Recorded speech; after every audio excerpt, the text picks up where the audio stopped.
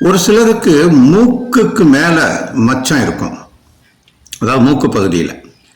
அவருக்கு அந்த மாதிரி இருந்துச்சுன்னா சுகபோக வாழ்க்கை தானா.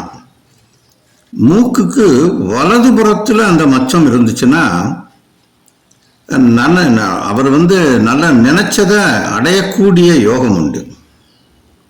மூக்குக்கு இடதுபுறத்தில் மச்சம் இருந்தால் அவருக்கு நண்பர்களால் பிரச்சனை ஏற்படும், மேலும் பெண்களால் கூட அவமானமும் ஏற்படலாம் என்று புரிந்து கொள்ளலாம். மூக்கின் நுனியில மச்சம் இருந்தால் அவருக்கு நல்லா ஒரு ஆணவம், கர்வம், மற்றவங்க மேல பொறாம, இது மாதிரிலாம் மொத்தத்தில் ஒரு குணங்கெட்டவராக இருப்பார்.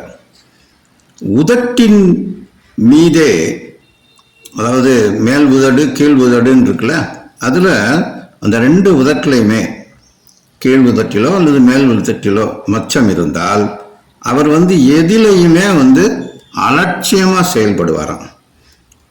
அதே மாதிரி காதல் வயப்படக்கூடியவராகவும் இருப்பார்.